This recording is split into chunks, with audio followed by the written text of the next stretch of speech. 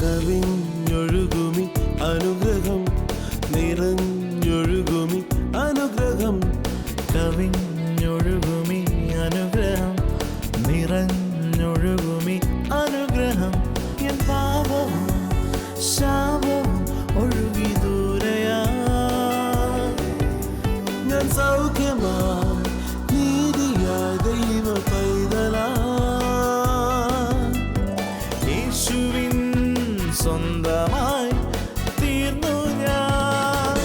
എന്നെന്നും കവിഞ്ഞൊഴുകുമി അനുഗ്രഹം, നിറഞ്ഞൊഴുകുമി അനുഗ്രഹം.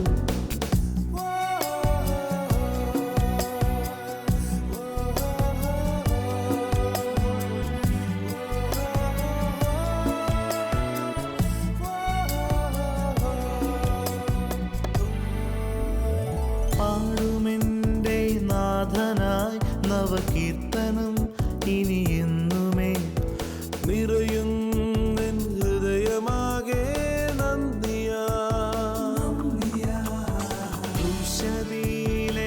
യേശുനാഥൻ ശാപമാകെ ഏറ്റതാ, മുള്ളുകൊണ്ടുള്ളോർ മുടിയായി ഏറ്റതാ. കവിഞ്ഞൊഴുകുന്ന അനുഗ്രഹത്തിലേക്ക് വീണ്ടും സ്വാഗതം. കർത്താവായ യേശുക്രിസ്തുവിന്റെ നാമത്തിലുള്ള സ്നേഹവന്ദനം എല്ലാവരെയും അറിയിക്കുന്നു. വീണ്ടും നമുക്ക് ഒരുമിച്ചായിരിക്കാൻ കർത്താവ് കൃപ തന്നു. ഇന്ന് പ്രിയപ്പെട്ടവരെ, ഏറ്റവും അനുഗ്രഹിക്കപ്പെട്ട ഒരു ശുശ്രൂഷയാണ് നമ്മൾ കാണാൻ പോകുന്നത്. കർത്താവായ യേശുക്രിസ്തു തൻ്റെ ശിഷ്യന്മാരോട് ഇപ്രകാരം ചോദിച്ചത്, നിങ്ങൾ എന്നെ ആരെന്ന് പറയും? ഉടനെ അതിന് മറുപടി പത്രോസ് പറഞ്ഞു, നീ ജീവനുള്ള ദൈവത്തിൻ്റെ പുത്രനാകുന്ന ക്രിസ്തുവ.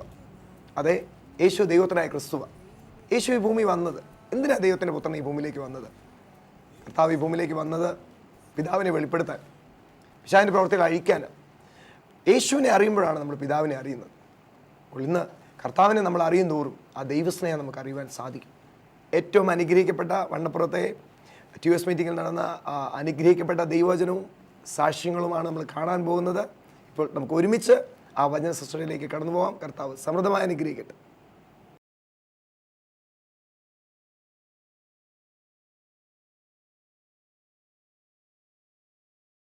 യേശു ക്രിസ്തു എന്തിന് ഈ ഭൂമിയിൽ വന്നു? Praise Lord, praise Lord. ഇന്നത്തെ നമ്മളെ വചന പഠന വിഷയം ഇതാണ്. യേശു ക്രിസ്തു എന്തിന് ഈ ഭൂമിയിൽ വന്നു? Why did Jesus come? എന്താണ് നമ്മൾ പഠിക്കുന്നത്? പറഞ്ഞാട്ടെ. യേശു ക്രിസ്തു എന്തിനാണ് ഭൂമിയിൽ വന്നത്? ചേർന്ന് കർത്താവിനെ സ്തുതിക്കാം. ഹല്ലേലൂയ.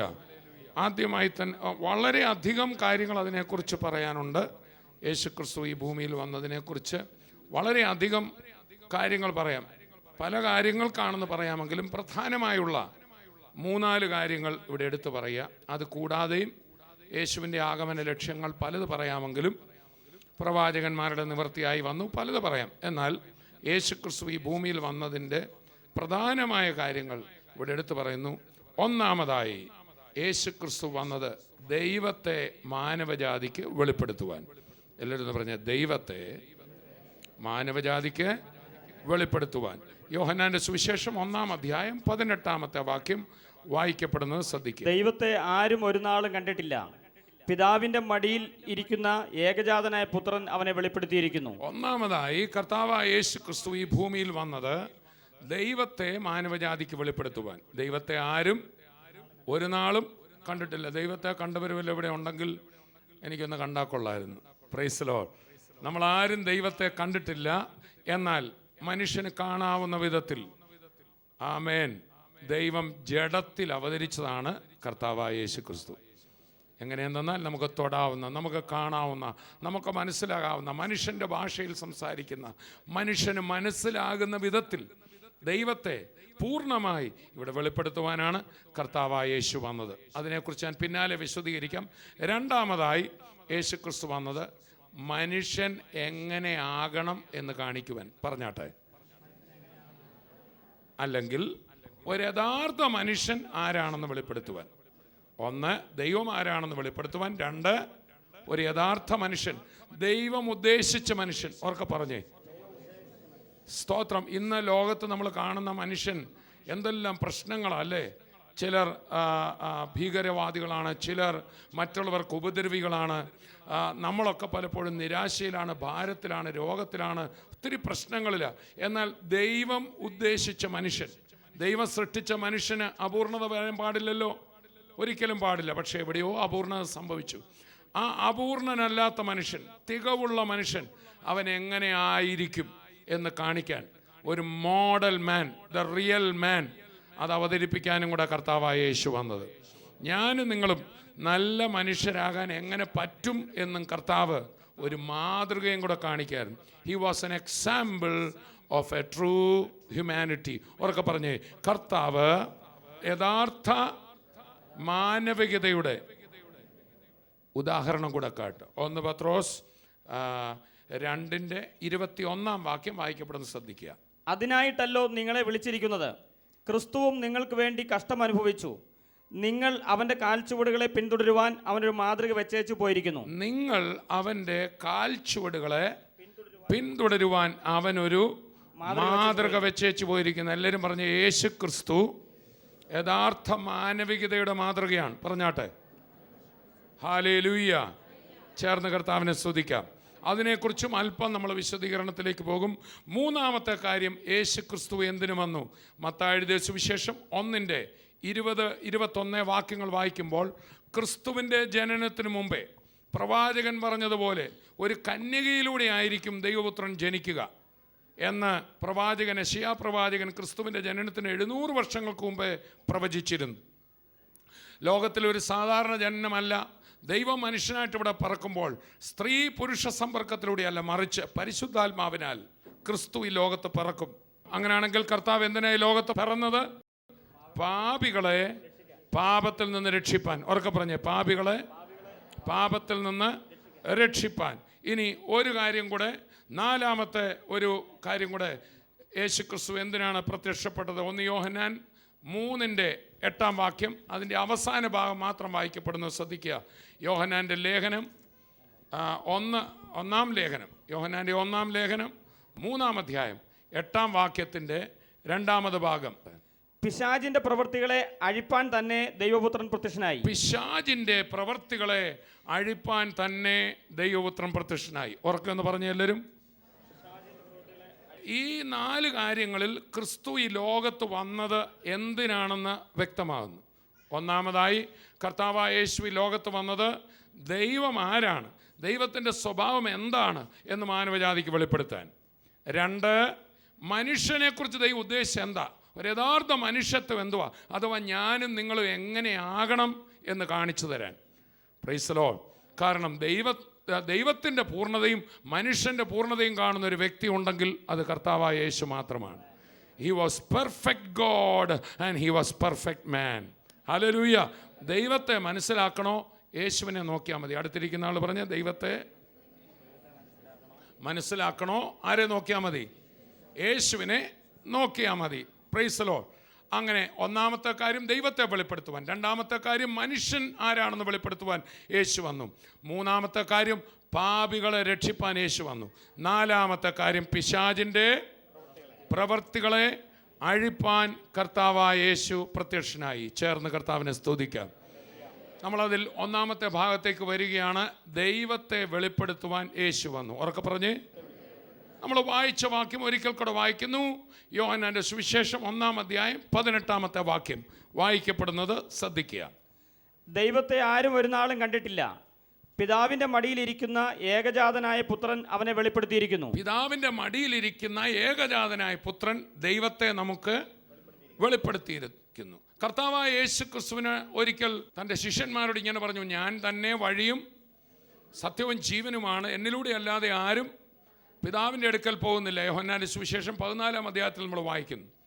ഉടനെ ശിഷ്യന്മാരിൽ ഒരുവനായ ഫിലിപ്പോസ് ചോദിച്ചു, പിതാവിനെ ഞങ്ങൾക്കൊന്ന് കാണിച്ചു തരണം, എന്നാൽ ഞങ്ങൾക്ക് മതി. പിതാവിനെ ഞങ്ങൾക്ക് കാണിച്ചു തരണം, എന്നാൽ ഞങ്ങൾക്ക് മതി എന്ന് പറയുമ്പോൾ കർത്താവ് അതിന് കൊടുത്തൊരു മറുപടി യോഹന്നാന്റെ സുവിശേഷം 14:6 വായിക്കപ്പെടുന്നത് ശ്രദ്ധിക്കുക. യേശു അവനോട്, ഞാൻ തന്നെ വഴിയും സത്യവും ജീവനുമാകുന്നു. ഞാൻ മുഖാന്തരമല്ലാതെ ആരും പിതാവിൻ്റെ അടുക്കൽ എത്തുന്നില്ല. നിങ്ങൾ എന്നെ അറിഞ്ഞുവെങ്കിൽ എൻ്റെ പിതാവിനെയും അറിയുമായിരുന്നു. ഇന്നു മുതൽ നിങ്ങൾ അവനെ അറിയുന്നു. ഇന്നു മുതൽ നിങ്ങൾ അവനെ അറിയുന്നു. അറിയുന്നു. യഹൂദന്മാരോട് പറയുന്നത് ഇന്നു മുതൽ നിങ്ങൾ അവനെ അറിയുന്നു. അടുത്ത വാക്യം, അവനെ കണ്ടുമിരിക്കുന്നു എന്ന് പറഞ്ഞു. അവനെ കണ്ടുമിരിക്കുന്നു. ഇപ്പം മുതൽ നിങ്ങൾ ആരെ കണ്ടെന്ന് പറഞ്ഞു? പിതാവിനെ. യേശു പറയുക. അടുത്ത വാക്യം, ഫിലിപ്പോസ് അവനോട്, കർത്താവേ, പിതാവിനെ ഞങ്ങൾക്ക് കാണിച്ചു തരണം, എന്നാൽ ഞങ്ങൾക്ക് മതി എന്ന് പറഞ്ഞു. ആ പിതാവിനെ ഞങ്ങൾക്കൊന്ന് കാണിച്ചു തരണം. നിങ്ങൾ കണ്ടെന്ന് പറഞ്ഞോ പറയാം, എന്ത് ചെയ്യണം? കാണിച്ചു തരണം. അടുത്ത വാക്യം, യേശു അവനോട് പറഞ്ഞത്, ഞാൻ ഇത്രകാലം നിങ്ങളോട് കൂടെ ഇത്രകാലം നിങ്ങളുടെ കൂടെ ഇരുന്നിട്ടും നീ എന്നെ അറിയുന്നില്ലയോ ഫിലിപ്പോസേ. അടുത്ത വാക്യം, എന്നെ കണ്ടവൻ പിതാവിനെ കണ്ടിരിക്കുന്നു. ചേർന്ന് കർത്താവിനെ സ്തുതിക്കാം. ഒരു ഹല്ലേലൂയ പറഞ്ഞാട്ടെ. ആമേൻ. മറ്റൊരിക്കൽ കർത്താവായ യേശു ക്രിസ്തു തൻ്റെ ശിഷ്യന്മാരോട് ഇങ്ങനെ പറഞ്ഞു, നിങ്ങൾ കാണുന്നതിനെ കാണുന്ന കണ്ണ് ഭാഗ്യമുള്ളത്, നിങ്ങൾ കേൾക്കുന്നതിനെ കേൾക്കുന്ന ചെവി ഭാഗ്യമുള്ളത്. ഏറിയ പ്രവാചകന്മാരും രാജാക്കന്മാരും ഈ ദിവസം കാണുവാൻ ആഗ്രഹിച്ചെങ്കിലും അവർക്ക് പറ്റിയില്ല. Price the Lord. പ്രവാചകന്മാരൊക്കെ പ്രവചിച്ചു ക്രിസ്തു വരുമെന്ന്. എന്നാൽ അന്നത്തെ ശിഷ്യന്മാരെ മുക്കുവന്മാരും സാധാരണ ജനങ്ങളും അവനെ കണ്ടെത്തി. Hallelujah, hallelujah. അപ്പോൾ തന്നെ ഈ ക്രിസ്തുവിനെ ദൈവം തമ്പുരാൻ മനുഷ്യനായിട്ട് ഇവിടെ വന്നപ്പോൾ ആ ദൈവം തമ്പുരാനെ അന്നത്തെ പാവപ്പെട്ടവർ, സാധാരണ ജനങ്ങളും, രോഗികളും, കഷ്ടപ്പെടുന്നവരും, വലിയ പാണ്ഡിത്യമൊന്നും വചനപാണ്ഡിത്യം ഇല്ലാത്തവർക്കൊക്കെ പലർക്കും അവനെ കണ്ടെത്താൻ പറ്റി. വചനപാണ്ഡിത്യം ഉള്ളവർക്കും ചിലർക്ക് കണ്ടെത്താൻ പറ്റി. എന്നാൽ പലരും തങ്ങളുടെ പാണ്ഡിത്യത്തിൽ പുകഴ്ന്ന്, തങ്ങളുടെ പാരമ്പര്യത്തിൽ പുകഴ്ന്ന്, യഹൂദന്മാരൊക്കെ ക്രിസ്തുവിൻ്റെ പ്രവൃത്തികളെ കണ്ടിട്ടും കർത്താവിനെ വിമർശിക്കുകയും കർത്താവിനെ തള്ളിക്കളയുകയും ചെയ്തു. Price the Lord. അപ്പോൾ കർത്താവ് ഒരിക്കൽ ഇങ്ങനെ പറഞ്ഞു, ജ്ഞാനികൾക്കും വിവേകികൾക്കും മറച്ച് ഇത് ശിശുക്കൾക്ക് വെളിപ്പെടുത്തിയിരിക്കുന്നു. ശിശുക്കൾ എന്ന് പറഞ്ഞാൽ കുഞ്ഞുങ്ങൾ എന്ന് മാത്രമല്ല, പറയുന്നത് വിശ്വസിക്കുന്ന മനോഭാവമുള്ളവരാ കുഞ്ഞുങ്ങൾ. Price the Lord. ആ ശിശുതുല്യമായ ഹൃദയമുള്ളവർക്ക് ഇത് വെളിപ്പെടുത്തിയിരിക്കുന്നു. അതാ കർത്താവ് പറഞ്ഞു, നിങ്ങൾ തിരിഞ്ഞ് ശിശുക്കളെ പോലെ ആകുന്നില്ല എങ്കിൽ ദൈവരാജ്യം പ്രാപിപ്പാൻ കഴിയുകയില്ല. ഇന്ന് ശിശുതുല്യമായൊരു ഹൃദയമുള്ളവർക്ക് കർത്താവിൻ്റെ അത്ഭുതകരം ഇവിടെ കാണാം. തോമസ് ഊട്ടി ബ്രദറിനെ അല്ല കാണാൻ പോകുന്നത്, കർത്താവിൻ്റെ അത്ഭുതകരം ഇവിടെ കാണാം. Price the Lord. ചിലരിവിടെ വന്ന് കാണുവാൻ പോകുന്ന ഇവിടെ ആരാണ്ടൊരു പരിപാടി നടത്തുന്നുണ്ട്, ഒരു പുള്ളിക്കാരൻ എഴുന്നേറ്റ് പ്രസംഗിക്കുന്നുണ്ട്, കുറച്ച് ക്യാമറയൊക്കെ എടുക്കുന്നുണ്ട്, അത്രേ കാണത്തുള്ളൂ. എന്നാൽ പ്രിയപ്പെട്ടവരെ, ശിശുതുല്യമായ ഹൃദയമുള്ളവർക്ക്, ആത്മകണ്ണുള്ളവർക്ക്, അതിന് താഴാനുള്ള മനസ്സുള്ളവർക്ക് ഇന്ന് കർത്താവിൻ്റെ അത്ഭുതകരം കാണുകയും ചെയ്യാം, വിടുതൽ പ്രാപിക്കുകയും ചെയ്യാം. കർത്താവായ യേശു ക്രിസ്തുവിൻ്റെ ശുശ്രൂഷകൾ നടന്നുകൊണ്ടിരിക്കുമ്പോൾ അവിടെ കർത്താവിൻ്റെ മീറ്റിങ്ങുകളിൽ പങ്കെടുത്തവരിൽ പല കൂട്ടരുണ്ടായിരുന്നു. ചിലർ അപ്പം തിന്നാൻ വേണ്ടി വന്നു, കാരണം കർത്താവിൻ്റെ പല മീറ്റിങ്ങുകളിലും അപ്പം കൊടുക്കുമായിരുന്നു. ചിലർ ആൾക്കൂട്ടം കാണാൻ വേണ്ടി വന്നു. Price the Lord. ചിലർ കർത്താവിനോട് കുടുക്ക് ചോദ്യങ്ങൾ ചോദിക്കാനായി വന്നു. വേറെ ചിലർ കർത്താവിനെ ഉപദ്രവിക്കാനായി വന്നു. എന്നാൽ അതിനിടയിൽ ചിലർ അവനെ തൊട്ട് സൗഖ്യം പ്രാപിക്കാൻ വന്നു. കരമടിച്ച് കർത്താവിനെ സ്തുതിക്കാം. അടുത്തിരിക്കുന്നവരോട് ചോദിച്ചേ, നിങ്ങൾ ഏത് കൂട്ടത്തിലാന്ന് ചോദിച്ചേ? അപ്പം തിന്നാനാണോ ചോദിച്ചേ? അപ്പം തിന്നാനാണോ ചോദിച്ചേ? ആൾ കാണാൻ വന്നതാണോ? Price the Lord. വിമർശിക്കാൻ വന്നതാണോ? കുടുക്ക് ചോദ്യം ചോദിക്കാൻ വന്നതാണോ? വിടുതൽ പ്രാപിക്കാൻ വന്നതാണോ? ഇന്ന് എൻ്റെ കർത്താവിനൊരു മാറ്റവും സംഭവിച്ചിട്ടില്ല. അവൻ ഇന്നലെയും ഇന്നും എന്നേക്കും മാറ്റമില്ലാത്തവന്. 2000 വർഷം മുമ്പ് ശരീരത്തിൽ ഇവിടെ ഉണ്ടായിരുന്നവർ ഇന്ന് ആത്മാവിൽ നമ്മുടെ മധ്യത്തിലുണ്ട്. കാരണം കർത്താവ് പറഞ്ഞു, 2 or 3 പേര് എൻ്റെ നാമത്തിൽ കൂടുമ്പോൾ ഞാൻ അവരുടെ നടുവിലുണ്ട്. ഇന്നിത് കേട്ടുകൊണ്ടിരിക്കുന്ന വണ്ണപ്പുറത്തിരിക്കുന്നവർ മാത്രമല്ല, ഈ 2 ഓഡിറ്റോറിയങ്ങളിലായിട്ടിരിക്കുന്നവർ മാത്രമല്ല, ലോകരാജ്യങ്ങളിൽ സന്ദേശം കേട്ടുകൊണ്ടിരിക്കുന്ന ഓരോ വ്യക്തിയുടെ അടുക്കൽ, നിങ്ങളിരിക്കുന്ന മുറിയിൽ കർത്താവുണ്ട്. ഇന്നത്തെ സ്റ്റേജ് എങ്ങനെയുണ്ട്, ഇന്നത്തെ പ്രസംഗകൻ എങ്ങനെയുണ്ട്, ഇന്നത്തെ പാട്ട് എങ്ങനെയുണ്ട് എന്നൊക്കെ കണ്ടിട്ട് വേണേ പോകാം. എന്നാൽ കർത്താവ് കൊണ്ടുവന്നത് എന്തിനാണോ അതിൻ്റെ അനുഗ്രഹം പ്രാപിച്ചിട്ട് പോകാം. രക്ഷ, രോഗശാന്തി, സമാധാനം, നിത്യജീവൻ എന്നിങ്ങനെയുള്ള ദാനങ്ങളുമായി ഇന്ന് നമ്മുടെ കർത്താവ് ഇവിടെ വന്നതോർത്ത് കർത്താവിനെ സ്തുതിക്കാം. ആമേൻ. സ്തോത്രം. ആമേൻ. സ്തോത്രം. ഹല്ലേലൂയ.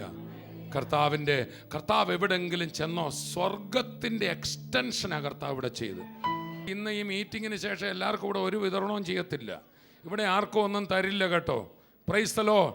ഇവിടെ ഒരു ഭൗതിക കാര്യം ആർക്കെങ്കിലും കൊടുക്കുമോ, ആർക്കെങ്കിലും എന്തെങ്കിലും തന്ന് നിങ്ങളെ ഇതിനകത്ത് അട്രാക്റ്റ് ചെയ്യാൻ നോക്കുമോ, ഒന്നും ചെയ്യത്തില്ല. മറിച്ച് ഒരു ആത്മ കാഴ്ചപ്പാട് ലഭിച്ചവർക്ക് പിടികിട്ടി, അവർക്ക് പിടികിട്ടും എൻ്റെ കർത്താവിൽ നിന്ന് എനിക്ക് പ്രാപിക്കാൻ പറ്റും. നമ്മൾ വായിക്കുന്നുണ്ടല്ലോ, കർത്താവായ യേശു ക്രിസ്തു താൻ ഒരിക്കൽ ഇങ്ങനെ യാത്ര ചെയ്ത് പോകുമ്പോൾ 10,000-കണക്കിന് ജനങ്ങൾ കർത്താവിൻ്റെ ചുറ്റുമുണ്ടായിരുന്നു. നമുക്കറിയാം, കർത്താവിൻ്റെ ശുശ്രൂഷ ഏറ്റവും അധികം വിശാലമായി പ്രസിദ്ധമായ നാളുകളിൽ കർത്താവിൻ്റെ കൂടെ 10,000-കണക്കിന് പേർ ഒരേ മീറ്റിങ്ങിൽ പങ്കെടുക്കുമായിരുന്നു. നമുക്കറിയാമല്ലോ, കേട്ടിട്ടുണ്ടല്ലോ, ആ ജനങ്ങൾ 3 ദിവസം വചനം കേൾക്കാനിരുന്ന ജനങ്ങൾ, ഒടുവിൽ അവർക്ക് കർത്താവ് ഭക്ഷണം കൊടുക്കുമ്പോൾ പുരുഷന്മാർ തന്നെ 5,000 ഉണ്ടായിരുന്നു. അത്രയും ജനങ്ങളാൽ ചുറ്റപ്പെട്ട് കർത്താവ് ഇങ്ങനെ ആ നാട്ടുവഴിയെ നടന്നു പോകുമ്പോൾ, ജനങ്ങളാൽ ചുറ്റപ്പെട്ട് നടന്നു പോകുമ്പോൾ, ജനക്കൂട്ടം അവിടെ നിൽക്കുമ്പോൾ, ഇതാ നമ്മൾ വായിക്കുന്നു, യേശുവിനെക്കുറിച്ചുള്ള വർത്തമാനം ഒരു സ്ത്രീ കേട്ടു. മർക്കോസും ലൂക്കോസും തൻ്റെ സുവിശേഷത്തിൽ ആ സ്ത്രീയുടെ കാര്യം പറയുന്നുണ്ട്. അവളുടെ അവസ്ഥ പറയുകയാണ്, 12 വർഷമായിട്ട് അവൾക്ക് ബ്ലീഡിങ് രോഗമായിരുന്നു, രക്തസ്രവ രോഗമായിരുന്നു. എത്ര വർഷമായി? അടുത്തിരിക്കുന്ന ആൾ ഞാൻ രോഗത്തിൻ്റെ പഴക്കം കണ്ട് പേടിക്കുമൊന്നും വേണ്ടെന്ന് പറഞ്ഞ്, ലോകസ്ഥാപനത്തിന് മുമ്പേ ഉള്ളവനായി ഇവിടെ വന്നിരിക്കുന്നു. ഒന്ന് കൈകൊടുത്ത് പറഞ്ഞേ, ലോകസ്ഥാപനത്തിന് മുമ്പേ. Price the Lord, price the Lord. 12 വർഷം അവൾക്ക് രക്തസ്രവം. നമ്മൾ വായിക്കുന്നുണ്ട്, 12 വർഷം രക്തസ്രവമായിരുന്നവളെയും 18 വർഷം കൂനിയായിരുന്നവളെയും 38 വർഷം മുടന്തനായിരുന്നവനെയും വിടുവിച്ച ഒരു നല്ല കർത്താവ് നമുക്കുള്ളത് കൊണ്ട് കർത്താവിനെ സ്തുതിക്കാം. അത് മാത്രമല്ല, നമുക്ക് മാത്രമല്ല, പാരമ്പര്യമായി വന്ന ബന്ധനങ്ങളും അഴിക്കുന്ന ഒരു നല്ല കർത്താവിൻ്റെ ശക്തിക്കായി ഞാൻ കർത്താവിനെ വാഴ്ത്തുകയാ ദൈവമക്കളെ. അവിടെ നമ്മളിങ്ങനെ വായിക്കുന്നു, അവൾ 12 വർഷം അവൾക്ക് രക്തസ്രവമാണ്, ബ്ലീഡിങ് മാറുന്നില്ല. വേറെടുത്ത് പറയാണ്, വൈദ്യന്മാരാൽ ഏറിയോ എന്ന് സഹിച്ചെന്നും.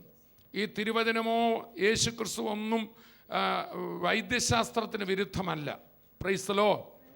രോഗിക്കല്ലാതെ വൈദ്യനെ കൊണ്ട് ആവശ്യമില്ലെന്ന് തന്നെ യേശു പറഞ്ഞിട്ടുണ്ടല്ലോ. എന്നാൽ ചിലപ്പോൾ വൈദ്യശാസ്ത്രം തന്നെ സമ്മതിക്കും, ചില രോഗങ്ങൾ ചികിത്സിച്ചാലും മാറത്തില്ല.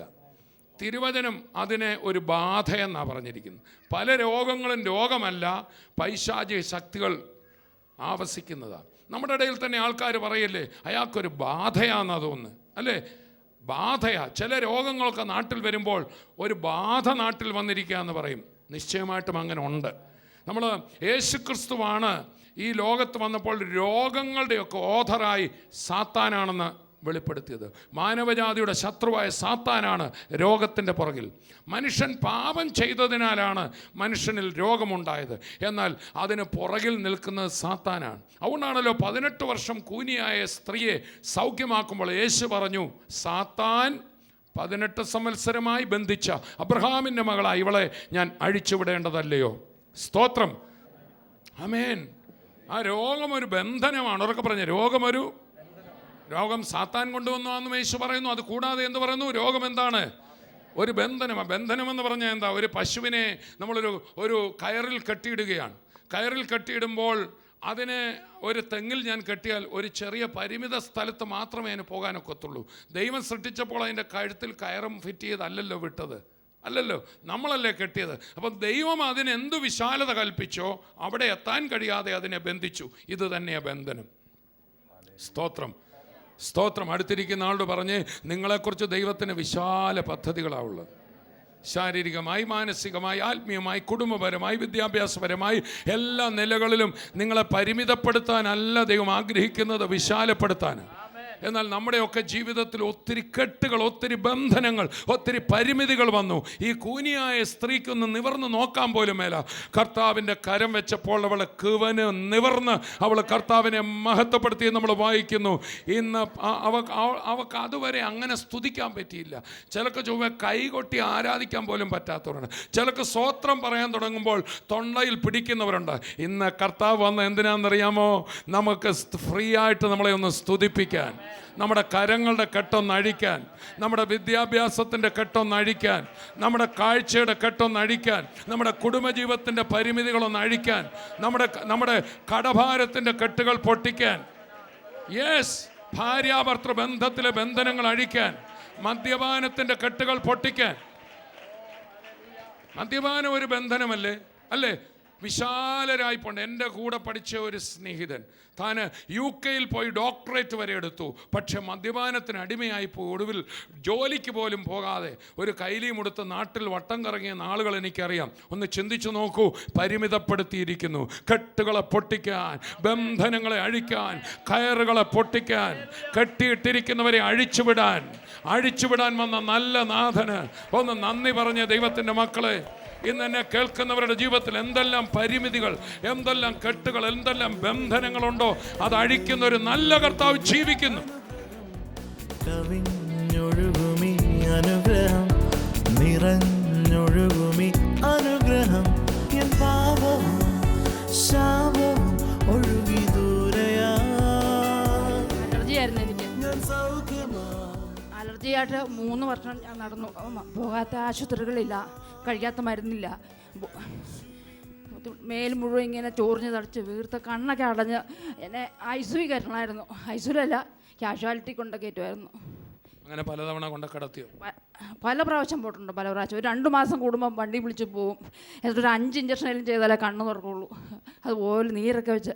അപ്പോൾ ഈ പ്രോഗ്രാം കാണുമ്പോൾ ഞാൻ എന്നും പ്രാർത്ഥിക്കുമായിരുന്നു, എൻ്റെ കർത്താവേ എന്നെ വിടുവിക്കണമെന്ന്. ഒരു ദിവസം പ്രാർത്ഥിച്ചുകൊണ്ടിരുന്നപ്പോൾ തങ്കു ബ്രദർ പറഞ്ഞു, അലർജി ആയിട്ടിരിക്കുന്ന ഒരു സഹോദരിയെ കർത്താവ് വിടുവിക്കുന്നു. അത് ഞാനാണ് കർത്താവിനെ ഞാൻ പ്രാർത്ഥിച്ചു. അത് പിന്നെ എനിക്ക് ആ രോഗം ഉണ്ടായിട്ടില്ല.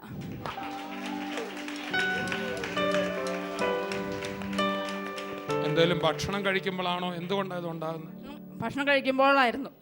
എന്ത് ഭക്ഷണം കഴിച്ചാലും അത് പ്രത്യേക കാരണമൊന്നുമില്ല. അതൊരു പൈശാചിക രോഗമായിരുന്നാണ് എനിക്ക് തോന്നുന്നത്. അല്ലാതെ ഭക്ഷണം കഴിക്കുമ്പോഴാണ് കാണുന്നത് കൂടുതലും. ബൈബിളിൽ വായിക്കുന്ന ഒരു ബാധയായിരുന്നു. ബാധയായിരുന്നു.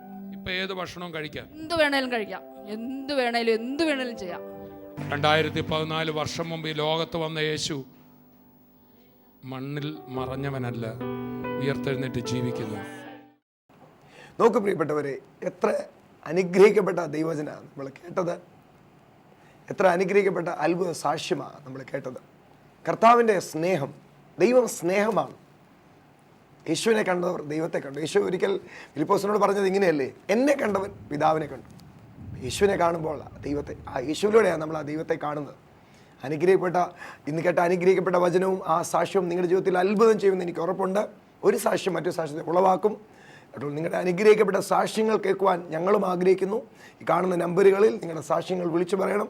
തുടർന്നുള്ള എല്ലാ നിങ്ങളുടെ ജീവിതത്തിൽ നടക്കുന്ന അത്ഭുതങ്ങൾ ഞങ്ങളെ അറിയിക്കണം. നിങ്ങളുടെ ജീവിതത്തിൽ വന്ന മാറ്റങ്ങളെ അറിയിക്കണം.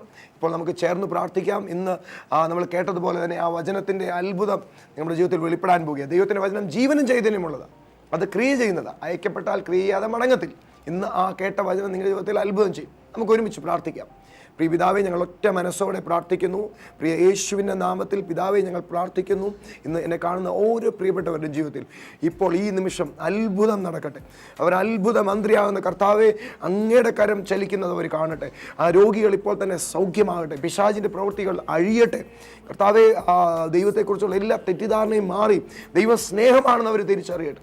ഇപ്പോൾ തന്നെ കാണുന്ന ആ ഭവനങ്ങളിൽ സമാധാനമുണ്ടാകട്ടെ, സന്തോഷമുണ്ടാകട്ടെ. ആ തളർന്നിരിക്കുന്ന വ്യക്തി ചാടി എഴുന്നേൽക്കട്ടെ.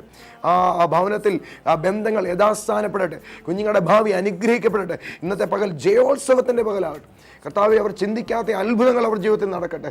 വിചാരിക്കാത്ത വഴികൾ അവർക്ക് വേണ്ടി തുറക്കട്ടെ. ഇന്ന് പകൽ കർത്താവ് അത്ഭുതകരമായി ജയോത്സവത്തോടെ നടത്തുന്നതിനായി സ്തോത്രം. ഇന്ന് പകൽ അവർ ജീവിതത്തിൽ കർത്താവെ അങ്ങ് അത്ഭുതം ചെയ്തതിനായി നന്ദി. അങ്ങയുടെ മുഖത്തേക്ക് നോക്കി ആരും ലജ്ജിക്കത്തില്ല. അങ്ങയുടെ നാമത്തെ വിളിക്കുന്നവൻ രക്ഷിക്കപ്പെടും. കർത്താവിൻ്റെ നാമത്തിൻ്റെ അത്ഭുതം ഇന്ന് പകൽ അവർ കാണട്ടെ. ആ നാമത്തിൻ്റെ മഹത്വം അവർ കാണട്ടെ. കർത്താവെ, നിൻ്റെ സാന്നിധ്യം അവർ അനുഭവിക്കട്ടെ. നിൻ്റെ സ്നേഹത്തിൻ്റെ ആഴം അവർ അറിയട്ടെ. ഇനിയും കർത്താവെ, അവർക്ക് കൂടുതലായി അങ്ങേ തന്നെ വെളിപ്പെടുത്തണമേ എന്ന് പ്രാർത്ഥിക്കുന്നു. എൻ്റെ കർത്താവ് അത്ഭുതം ചെയ്തതിനായി നന്ദി. രോഗികളെ സൗഖ്യമാക്കിയതിനായി നന്ദി. ഹൃദയത്തിൻ്റെ മുറിവുകളെ കെട്ടിയതിനായി നന്ദി. ഭവനത്തിൽ സമാധാനം കൊടുത്തതിനായി നന്ദി. എല്ലാ മഹത്വം അങ്ങേക്ക് തരുന്നു യേശുവിൻ്റെ നാമത്തിൽ. ആമേൻ. കർത്താവ് ഇപ്പോൾ തന്നെ അത്ഭുതം ചെയ്തിരിക്കുക. യേശു എന്ന നാമം നിങ്ങൾ പറഞ്ഞപ്പോൾ തന്നെ ആ നാമത്തിൽ സർവവുമുണ്ട്.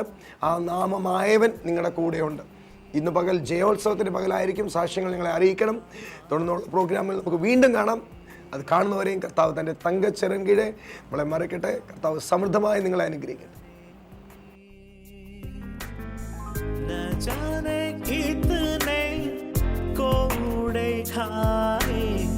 मुझ जैसे पापी के लिए न जाने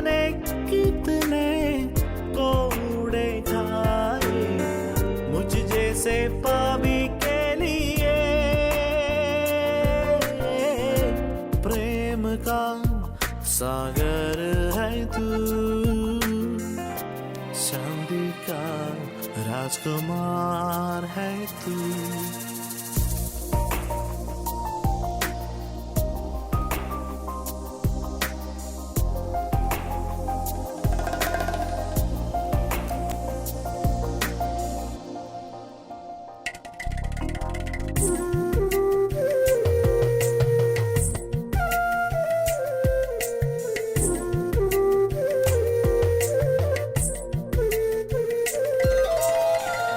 क्रूस से देखो आते हैं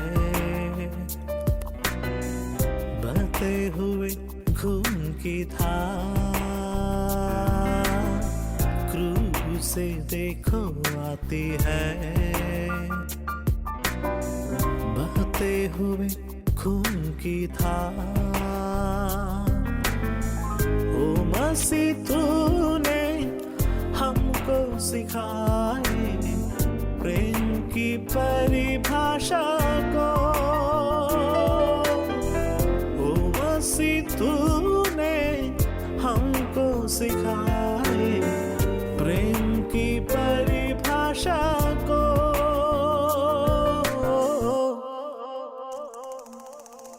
प्रेम का सागर है तू,